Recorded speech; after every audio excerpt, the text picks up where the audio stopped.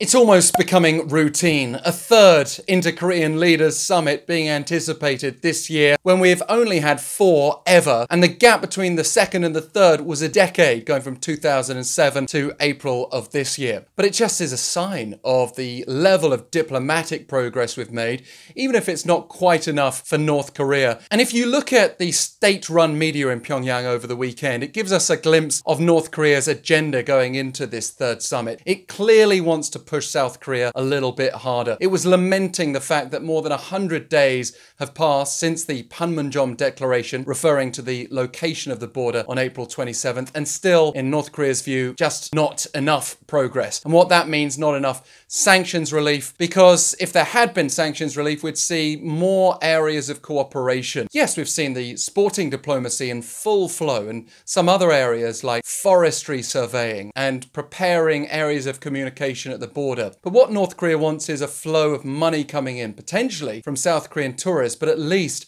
from South Korean businesses and forms of investment. So if we look at the context of the meeting that we expect to take place in late August or early September, it would be Moon Jae-in, South Korean president, trying to persuade North Korea's chairman Kim Jong-un that they should do more to show the US that they are genuinely willing to denuclearize and taking firm steps in that direction. But from the North side to say, you've got to also push back at the US and make sure some of these cooperation projects happen to show us that you're being serious. And we'll get an idea, I think, of how seriously this is being taken in just a few days when those inter-Korean family reunions are supposed to take place just inside North Korea. If it goes really badly, we may even see those cancelled, as we have seen happen in the past.